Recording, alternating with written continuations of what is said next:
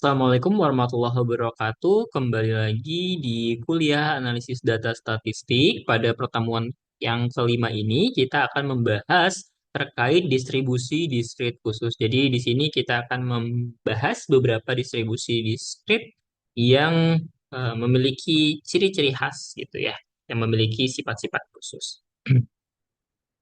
Ya, jadi distribusi diskrit khusus ini adalah beberapa jenis dari distribusi probabilitas atau distribusi peluang yang digunakan untuk memodelkan kejadian-kejadian dengan hasil yang bisa dihitung atau diukur secara diskrit. Ya, biasanya dia dalam bentuk jumlah yang terpisah gitu ya, dari satu 2 3 ya, atau dari nol satu 2 3 dan seterusnya.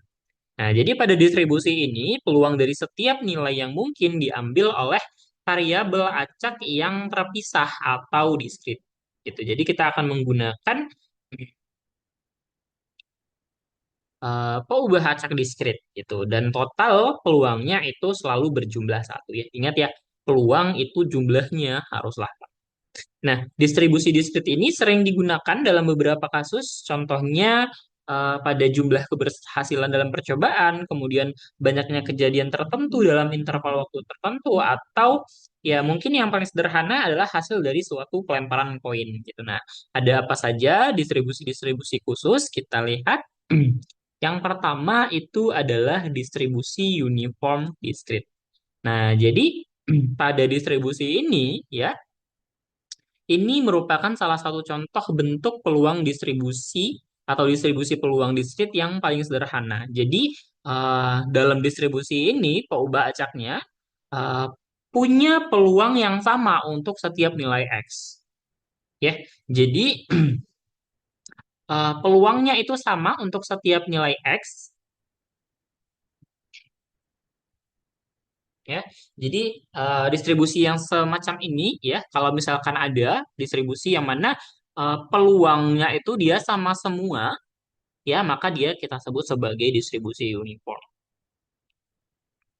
Ya, kalau katakanlah bahwa eh, nilai X-nya itu ada X1, X2 sampai Xn dengan masing-masing punya peluang yang sama, maka distribusi peluangnya itu bisa kita tuliskan bahwa peluang Xn itu sama dengan peluang X sama dengan X kecil itu sama dengan 1/n. Ya, untuk setiap X, X1, X2 sampai dengan Xn. Contohnya itu yang paling sederhana apa? Contohnya ketika ya kita ngelempar sebuah koin. Nah, sebuah koin itu kejadiannya hanya ada dua, angka atau gambar. Nah, masing-masing itu punya peluang yang sama, yaitu berapa? Ya, 1/2. Ya, 0,5, 0,5. Atau contoh sederhana lainnya adalah ketika kita melempar sebuah mata dadu. Nah, maka tentunya peluangnya itu sama semua untuk setiap mata dadu, mulai mata dadu 1, 2, 3 sampai ke 6. Jadi peluangnya masing-masing ya 1/6 gitu. Peluang bahwa yang muncul adalah mata dadu 4 itu 1/6. Begitu juga untuk mata dadu lain. Nah, jadi untuk rataan dan juga apa variansi dari distribusi seragam ya atau uniform diskrit ini itu bisa kita hitung ya, ingat aja bahwa mu itu adalah ekspektasi dari X, yaitu sigma penjumlahan si XI-nya kita kali dengan peluangnya. Nah, artinya karena tadi peluangnya itu sama semua 1/n, ya kita bisa ganti ya, artinya peluangnya tidak dipengaruhi oleh si I-nya itu. Ya, jadi kita bisa keluarkan 1/n-nya ya, baru kemudian kita jumlahkan XI. Nah, penjumlahan XI ya dari 1 sampai N itu disederhanakan dengan rumusan N plus 1/2. Seperti itu ya. Sehingga di sini kita bisa peroleh ya secara sederhana sebenarnya rata-ratanya itu adalah N plus 1/2. Kemudian untuk variansinya ya, ingat variansi itu rumusannya kemarin adalah ekspektasi dari X dikurang mu kuadrat. Nah, jadi kita sama saja dengan sigma dari I sama dengan 1 sampai N dari XI dikurangin mu dikuadratkan dikali dengan peluangnya. Ingat peluangnya sama 1/n ya, kita bisa keluarkan ya, berarti menjadi 1/n sigma dari XI dikurang mu kuadrat. Itu dimana bentuk ini itu kalau kita sederhanakan sebenarnya ya menggunakan penjabaran matematis ya. Jadi kan bentuk dari sigma xi kemudian sigma xi kuadrat ini kan sebenarnya ada rumusan matematisnya ya atau rumusan sederhananya gitu. Nah, jadi dengan menggunakan seperti ini, contohnya kayak tadi, sigma xi ini kan dia sebenarnya sama saja dengan n plus 1/2 ya. Ini itu dipelajari sudah pernah dipelajari ya seharusnya pada saat SMA ya. Jadi dengan menyederhanakan bentuknya ini itu nanti diperoleh dia n kuadrat dikurang 1/12 berarti. Nah, kita lihat contohnya. Kalau misalkan suatu dadu itu dilantunkan, tiap unsur ruang sampel T adalah mata dadu yang muncul, yaitu T sama dengan 1, 2, 3, 4, 5, atau 6. Nah, peluang mereka itu sama semua yang sudah saya sebutkan tadi. Berapa peluangnya? Ya, 1/6. Nah, jadi dari sini kita bisa tahu bahwasannya nilai harapan dan variansinya menggunakan rumusan tadi itu adalah 3,5 dan juga 35/12. Jadi untuk distribusi ini bisa tergolong sangat mudah gitu ya untuk kita mengetahui bagaimana nilai dari harapan dan juga variansi. Nah, distribusi yang selanjutnya adalah distribusi Bernoulli. Jadi distribusi ini muncul ya dari percobaan yang dilakukan oleh seorang peneliti Bernoulli ya yang namanya Bernoulli yang mana percobaannya itu menghasilkan dua kemungkinan hasil yaitu sukses atau gagal ya. Contoh sederhananya itu ketika tadi kita ngelempar koin ya, maka yang munculnya itu kan adalah angka atau gambar. Nah, jadi kita bisa mendefinisikan sebagai angka itu sebagai sukses atau bisa juga si gambar itu sebagai sukses gitu. Kalaulah misalkan nih angka itu ya ketika muncul angka kita anggap sebagai kejadian yang sukses dengan peluang munculnya itu adalah sebesar P, maka gambar itu adalah merupakan kejadian gagal ya. Kejadian gagal peluangnya berapa? Peluangnya itu 1 min P. Kenapa 1 min P? Karena peluangnya itu harus totalnya 1. Sementara kita cuma punya dua kemungkinan. Artinya ya P ditambah sesuatu itu harus sama dengan 1. Dengan kata lain ya sesuatu itu sama aja dengan 1 P gitu ya. Jadi P ditambah katakanlah si kotak ini peluang gagalnya itu harus sama dengan 1. Sehingga peluang gagalnya itu dia sama dengan 1 dikurangin P seperti itu. Nah, jadi peubah acak yang seperti ini itu disebut dengan peubah acak yang berdistribusi Bernoulli. Nah, bagaimana fungsi peluang, harapan, dan juga variansi dari distribusi Bernoulli? Jadi, fungsi peluang dari distribusi Bernoulli itu bisa dituliskan dengan bentuk seperti ini ya. Peluang XP gitu ya, peluang kejadian X dengan peluang P itu sama dengan peluang X-nya sama dengan X ya, yaitu adalah P pangkat X dikali 1 min P pangkat 1 min X. Ya, untuk X-nya itu 0 dan 1. Untuk X yang lainnya maka peluangnya 0. Nah, X ini merupakan nilai dari peubah acaknya dan P ini merupakan parameter yang mana nilainya itu ada di antara 0 dan juga 1. Ingat, peluang itu nilainya ada di antara 0 dan juga 1. Nah, peubah acak yang berdistribusi Bernoulli itu bisa kita tulis dengan bentuk seperti ini ya. X, tanda ini, nah, Bernoulli P gitu ya. Artinya kejadian X ini dia berdistribusi Bernoulli dengan peluang suksesnya itu sebesar P. Nah, untuk menghitung rataannya ya kita bisa menghitungnya dengan rumusan rataan secara umum berarti mu-nya itu adalah ekspektasi X, yaitu penjumlahan untuk semua nilai X dari X-nya dikali dengan peluangnya. Nah, ingat X-nya itu hanya ada 0 dan juga 1. Ya, jadi ini sama saja dengan sigma penjumlahan untuk setiap X ya, dari 0 berarti hanya 0 dan 1 ya. Dari X kita kali dengan peluangnya. Artinya apa? Ketika X-nya sama dengan 0, maka nilainya ini hasil kalinya itu sama dengan 0 ya.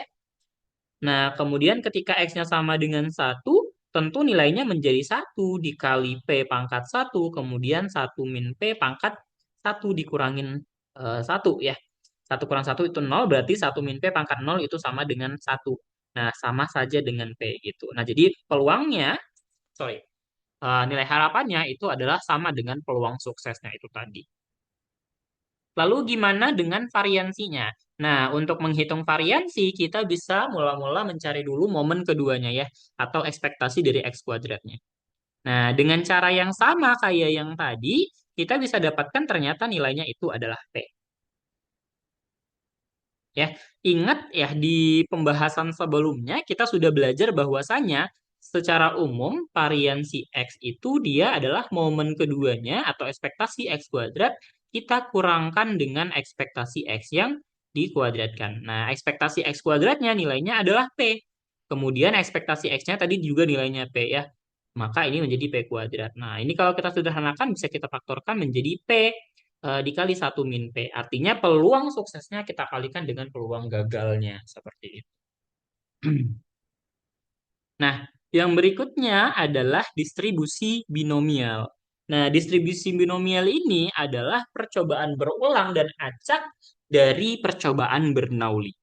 Jadi, ketika tadi Bernoulli itu percobaannya hanya dilakukan sekali, ya misalkan kita melempar sebuah koin sekali. Nah, percobaan itu disebut tadi dengan percobaan Bernoulli dan distribusinya merupakan distribusi Bernoulli.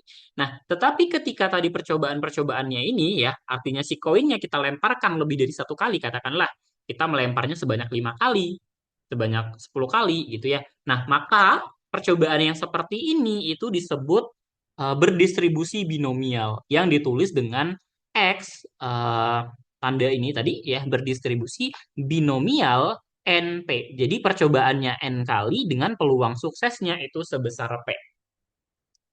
Ya, dalam artian ya tadi ya peluang distribusi Bernoulli itu binomial itu berdasarkan atau berasal dari distribusi Bernoulli dengan N kali pengulangan. Ini contoh sederhananya tadi ketika kita melempar koin ya sebanyak 2 kali, sebanyak 5 kali, 7 kali, 10 kali atau 100 kali. Nah, itu tuh termasuk ke dalam binomial, gitu ya. Nah, lalu bagaimana bentuk kepadatan peluang dan juga eh, ekspektasi ataupun variansinya? Nah, kita lihat dari fungsi kepadatan peluangnya dulu. Nah, karena di sini kita itu adalah menggunakan beberapa kali percobaan ya, percobaan acak, maka peluang X sama dengan X-nya atau yang bisa ditulis sebagai B binomial dari X N P ya, artinya percobaan X dengan N kali pengulangan dan peluangnya sukses itu sebesar P, itu sama aja dengan kombinasi X dari N ya dikali dengan PX dikali 1 min P pangkat N min X. Ya dari mana sebenarnya dasarnya ini? Ya, ingat saja kembali konsep dari ketika kita melakukan percobaan acak. Nah, maka tentunya ruang sampelnya itu titik-titik sampelnya bisa kita hitung menggunakan apa? Kombinasi. Kenapa? Karena kita tidak peduli bagaimana urutannya. Jadi, artinya adalah gini tadi, ketika misalkan kita melemparkan koin, ya, kita lempar sebanyak 5 kali, tentunya kan sebenarnya hasilnya itu ada banyak sekali ya. Nah, bisa saja hasil yang pertama itu adalah angka, kemudian yang lainnya angka atau gambar. Nah, masing-masing ini terus ya, angka, gambar, dan seterusnya. Nah, jadi semua percobaan itu kan sebenarnya secara acak gitu ya. Artinya, hasil dari semua percobaan tadi itu sangat-sangat acak. Nah, jadi kita bisa menggunakan konsep dari kombinasi. Artinya, ketika misalkan nih kita bilang bahwasannya peluang X sama dengan X, artinya kita mau menghitung berapa sih eh, percobaan yang sukses gitu dari N buah percobaan tersebut. Nah, berarti kan kita kalikan dengan apa? Peluang dia sukses, ya. Peluang suksesnya dipangkatkan dengan berapa kali dia sukses, kemudian kita kali lagi sama peluang dia gagal, nah berapa yang gagalnya gitu. Nah, kemarin kita juga sudah membahas bagaimana kita menghitung kombinasi dari X dari N ini, yaitu sebagai N faktorial dibagi X faktorial dikali N min X faktorial, ya, untuk X-nya dari 0 sampai dengan N. Ingat ya, N faktorial itu sebagai N dikali N min 1 dikali dan seterusnya, dikali 2 dikali dengan 1. Ya. Nah, karena X ini tadi merupakan percobaan Bernoulli dengan N kali pengulangan, sebenarnya kita bisa menuliskan X itu sebagai apa? Penjumlahan dari N buah peubah acak X1, X2, dan sampai ke Xn. Di mana masing-masingnya X1, X2, sampai dengan Xn ini merupakan percobaan yang memiliki peubah acak Bernoulli dengan fungsi dengan peluangnya sebesar P untuk setiap I-nya, gitu ya.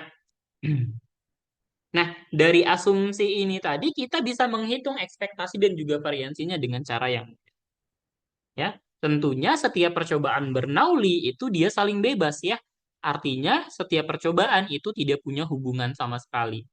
Gitu. Sehingga ekspektasi berdasarkan sifat ekspektasi yang kemarin sudah kita pelajari bahwasanya ekspektasi X tambah Y itu sama aja dengan ekspektasi X ditambah ekspektasi Y. Nah, maka ekspektasi X ini tadi karena X-nya adalah penjumlahan dari X1 sampai dengan Xn, dan masing-masingnya itu dia punya ekspektasinya adalah tadi si XI-nya itu adalah si peluang kesuksesnya itu sendiri, maka karena ada N buah peubah acak ya kita tinggal mengalikan ya ada N kali si fungsi probabilitas suksesnya ya yaitu adalah N dikali P. Nah, dengan cara yang sama kita bisa peroleh variansinya. Ya, ingat tadi variansi dari percobaan Bernoulli itu adalah P dikali 1 min P atau peluang suksesnya kita kali dengan peluang gagalnya. Sehingga ketika kita binomial dengan N buah kali percobaan, ya tinggal kita kalikan sebanyak N.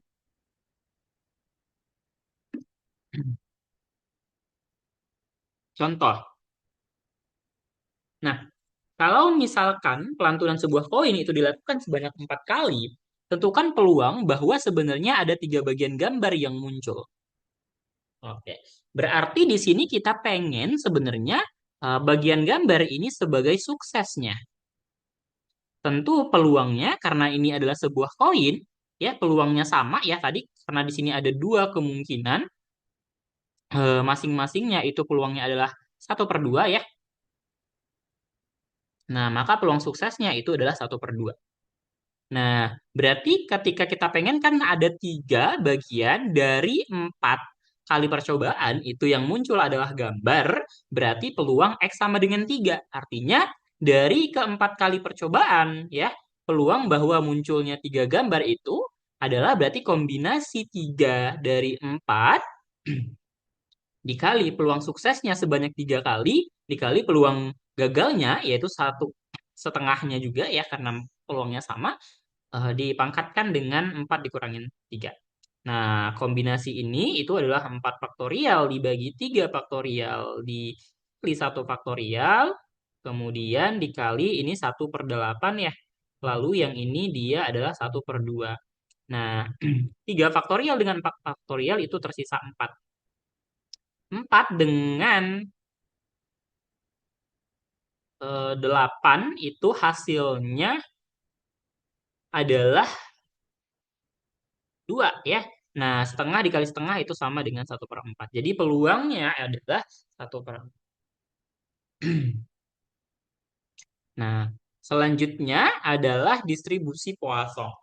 Nah, distribusi Poisson ini merupakan salah satu distribusi peluang diskrit yang digunakan untuk memodelkan kejadian-kejadian yang memiliki jumlah dalam suatu interval waktu dan ruang tertentu. Ya, di mana kejadian-kejadiannya itu dia independen dengan lajunya itu sebagai laju yang konstan. Contohnya apa? Contohnya biasanya kalau dalam kehidupan sehari-hari ya, contohnya itu seperti panggilan telepon yang masuk ke pusat layanan dalam 1 jam, atau misalkan jumlah kecelakaan lalu lintas dalam 1 hari, atau contoh lainnya mungkin antrian ya. Kalau misalkan kita lagi belanja di minimarket, maka proses kita mengantri untuk dilayani ya, kita mau bayar, itu merupakan salah satu proses dari kejadian yang memiliki distribusi Poisson. Nah, karakteristik dari distribusi Poisson ini itu ada beberapa yang penting. Yang pertama itu dia independensi, artinya dia kejadiannya itu saling bebas, jadi tidak berpengaruh. Jadi kejadian di masa lalu itu nggak akan mempengaruhi apa yang terjadi di masa sekarang atau di masa depan, seperti itu. Nah, kemudian yang kedua tadi itu terkait laju kejadiannya konstan. Nah, jadi kejadian terjadinya dengan suatu peristiwa itu punya laju yang tetap atau laju rata-ratanya itu tetap. Biasanya dia disimbolkan dengan lambda. Ingat di sini lajunya itu diamati pada suatu interval waktu tertentu, gitu ya. Jadi biasanya kalau misalkan sudah beda interval waktunya, tentunya nanti akan berbeda laju dari kejadiannya. Nah, kemudian hasilnya itu discrete. Jadi nilai-nilai yang mungkin untuk variabel acak Poisson ini itu berupa bilangan non negatif. Jadi 0, 1, 2 dan seterusnya. Nah, seperti apa bentuk fungsi peluangnya? Jadi fungsi peluang dari peubah acak atau variabel acak X yang mengikuti distribusi Poisson dengan tadi parameternya itu lambda sebagai rata-rata jumlah kejadian per unit intervalnya. Nah, maka peluang bahwa adakah kejadian dalam interval waktu tersebut itu kita tuliskan sebagai peluang X sama dengan K. Artinya dalam waktu tertentu ya ada sebanyak K, misalkan tadi kalau kita ngomongin kecelakaan gitu ya. Nah, peluang bahwa dalam satu hari itu ada 5 kecelakaan misalnya, nah seperti itu. Nah, itu sama saja dia dengan E pangkat min lambda T dikali dengan lambda T pangkat K dibagi dengan K faktorial. Untuk K sama dengan 0, 1, 2, dan 3. Jadi, lambda di sini adalah rata-rata jumlah kejadian yang diharapkan dalam suatu interval. Kemudian, K ini adalah jumlah kejadiannya, dan E ini merupakan konstanta Euler, ya, yang nilainya sekitar 2,718. Nah, contoh aplikasi dari distribusi Poisson ini, ya sebenarnya banyak ya, dalam berbagai konteks gitu. Terutama kalau misalkan kita mau memodelkan kejadian-kejadian yang sebenarnya jarang gitu dalam interval waktu tertentu. Ya, contohnya misalkan yaitu tadi jumlah kecelakaan lalu lintas yang terjadi dalam satu hari. Sebenarnya kalau kita ngomongin kecelakaan, sebenarnya setiap hari itu belum tentu juga ada kecelakaan gitu ya. Nah, makanya ya ini jarang terjadi sebenarnya. Atau misalkan ini yang mungkin sangat lebih jarang lagi yaitu jumlah kerusakan mesin dalam pabrik per harinya. Tentunya kan ketika kita ngomongin mesin di pabrik ya, nggak mungkin setiap hari itu ada aja mesin yang rusak. Ya, pasti dalam beberapa selang waktu tertentu ya, kecuali memang si mesin-mesinnya itu dibeli pada waktu yang sama dengan merek yang sama dengan tingkat ketahanan yang sama, maka seharusnya mereka itu berhenti bekerja atau rusak ya pada waktu yang sama seharusnya. Kalau misalkan memang intensitas penggunaannya itu sama. Tapi kalau misalkan semuanya itu berbeda, tentunya mereka akan beda-beda waktu sampai pada kerusakannya. Atau contoh lainnya ya tadi panggilan telepon, kemudian ada juga jumlah partikel radioaktif yang dipancarkan dalam jangka waktu tertentu.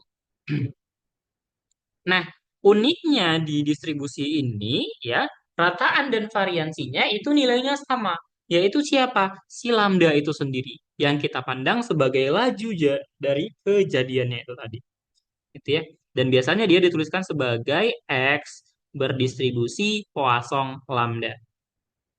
Ya, dengan rataannya itu lambda dan variansinya juga lambda. Nah, asumsi dari distribusi Poisson ini yang digunakan, yang pertama itu adalah kejadiannya terjadi secara acak dan juga saling bebas. Jadi, maksud acak di sini tadi itu ya, kalau misalkan kita ngomongin kecelakaan. Jadi kan sebenarnya kecelakaan itu bisa dibilang ya kejadiannya sangat acak, tidak terstruktur. Ibarat katanya, eh, meskipun mungkin terjadi bahwa setiap hari itu ada kecelakaan ya, pada dasarnya kan sebenarnya kecelakaan yang terjadi pada lalu lintas itu bersifat acak dan mereka saling bebas. Jadi ibarat kata kecelakaan pertama itu nggak akan mempengaruhi kecelakaan berikutnya gitu. Jadi benar-benar ya acak dan juga saling bebas gitu. Kemudian peluang terjadinya lebih dari satu kejadian dalam interval waktu yang sangat kecil itu mendekati nol. Dalam artian apa? Dalam waktu misalkan kita ngomongin dalam waktu dari nol sampai satu ini dalam bentuk hari ya peluang bahwasannya katakanlah ada 10 kecelakaan. itu pasti nilainya mendekati nol. Artinya bahwa memang eh, sepertinya tidak mungkinlah ada kecelakaan yang terjadi sampai 10 kali di tempat yang sama ya dalam satu hari gitu. Jadi dalam waktu yang sangat singkat ya peluang bahwa hanya ada banyak sekali kejadian itu harusnya nilainya sangat kecil atau peluangnya mendekati nol gitu ya. Nah, kemudian laju rata-rata kejadian tetap dalam interval waktu ini sudah yang kita bahas dari tadi gitu ya. Nah, distribusi Poisson ini itu bisa mendekati distribusi binomial ketika jumlah percobaannya itu besar dan peluang suksesnya itu sangat kecil.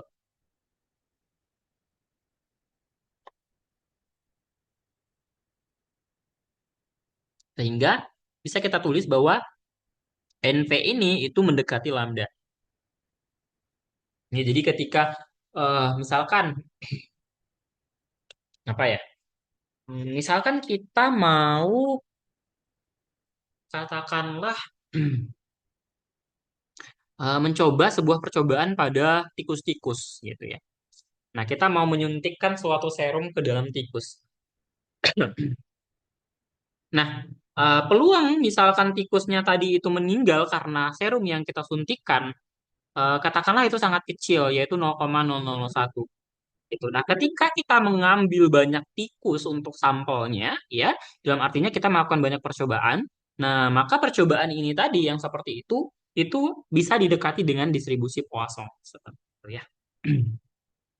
Contoh, nih kita lihat contohnya ya. Kalau misalkan rata-rata banyaknya klaim suatu produk asuransi dalam 1 bulan, oke, di sini dia satuan waktunya adalah bulan, ya, 1 bulan. Di sebuah kota ya perhatikan memang kalau misalkan kita ngomongin Poisson itu dia ada waktu dan juga ruangnya gitu ya. Nah, ternyata rata-ratanya itu sebanyak 7 klaim 7 klaim ya. Artinya dia 7 klaim per bulan. Nah, asumsikan bahwa klaim yang masuk itu bersifat saling bebas atau independen. Nah, yang pertama, hitunglah peluang bahwa akan ada dua akan ada lebih dari 2 klaim yang masuk dalam waktu setengah bulan. Oke, perhatikan di sini waktunya menjadi setengah bulan. Berarti dia menjadi 1/2 dari T yang seharusnya. Kemudian, berapakah rata-rata banyaknya klaim dalam 2 bulan ke depan? Oke, kita lihat. Nah, pertama kita punya bahwasanya lambda T-nya itu dia sama dengan 7 untuk T-nya itu adalah 1 bulan. Artinya X-nya itu dia berdistribusi Poisson dengan lambda T-nya itu 7. Perhatikan di poin A, tadi ini adalah katanya lebih dari 2 bulan untuk, sorry, lebih dari 2 klaim untuk setengah bulan ya. Artinya si lambdanya yang baru itu adalah setengah dari ini, ya setengah dari 7. Yaitu berapa? 3,5. Nah, jadi berarti kan kalau peluang lebih dari itu kan dia sama aja dengan 1 dikurang peluang X-nya kurang dari sama dengan 2. Ya, berarti sama aja dengan 1 dikurang peluang X sama dengan 0, ditambah peluang X sama dengan 1, ditambah peluang X sama dengan 2. Ini tinggal kita masukkan ke bentuk persamaannya ya, nanti kita hitung ternyata nilainya adalah 0,6791. Nah, kemudian pertanyaan berikutnya tadi adalah berapa rata-rata banyaknya klaim untuk 2 bulan ke depan? Nah, karena dalam 1 bulan rata-ratanya itu adalah 7 atau lambdanya 7 untuk 1 bulan, maka kalau 2 bulan atau T-nya 2 ya tinggal kita kalikan saja. Berarti rata-ratanya adalah 14 kali. Seperti itu. Oke, itu dia tadi beberapa distribusi diskrit khusus ya. Ada distribusi uniform, kemudian ada Bernoulli, binomial, Poisson. Ya. Nah, ini beberapa soal latihan yang mungkin nanti teman-teman bisa coba di rumah ya. Ini ada soal pertama, ya ada berapa soalnya ini? Dua, tiga, dan juga 4. Ya, ada 4 ya, masing-masing. Oke, kita coba cek dulu ya. Yang pertama, Katanya seorang aktuaris ingin memperkirakan jumlah klaim yang akan diterima dalam suatu polis asuransi jiwa. Diketahui bahwa nilai klaim yang mungkin terjadi adalah sebesar 5.000, 10.000, 15.000, 20.000, dan juga 25.000. Dan masing-masing nilai mempunyai probabilitas yang sama. Oke, di sini kata kuncinya adalah probabilitasnya itu sama untuk terjadi. Berarti di sini dia pakai uniform, ya. Nah, hitunglah nilai ekspektasi dari jumlah klaim yang terjadi. Oke, nanti ini tinggal dihitung, tinggal pakai ekspektasi ya. Tadi ingat kalau misalkan uniform itu seperti apa rumusan ekspektasinya. Soal yang kedua, seorang aktuaris sedang menganalisis polis asuransi jiwa berjangka 1 tahun. Berdasarkan data, peluang bahwa seseorang tertanggung berusia 30 tahun meninggal dalam 1 tahun itu adalah 0,002. Ya, ini peluang. Ya. Nah, misalkan kematian tertanggung dianggap sebagai peluang sukses. Oke, berarti ini P-nya ya. Ini adalah nilai P-nya. Dan masih hidup dianggap sebagai gagal. Nah, model kejadian ini kita anggap sebagai distribusi Bernoulli. Tentukanlah ekspektasi dan juga variansinya. Oke, tadi sebenarnya sudah ada ya. Bagaimana bahwa ini sudah disebutkan juga di soal bahwasannya ini itu dia Bernoulli. Nanti dihitung bagaimana ekspektasi dan variansinya. Kemudian soal yang ketiga, katanya suatu perusahaan asuransi menjual 10 polis kendaraan bermotor. Peluang bahwa seorang pemegang polis mengajukan klaim dalam 1 tahun itu adalah 0,3. Asumsikan klaim yang diajukan itu dia independen, artinya tidak ada sangkut pautnya ya. Tentukan peluang bahwa 4 dari 10 pemegang polis itu mengajukan klaim dalam 1 bulan.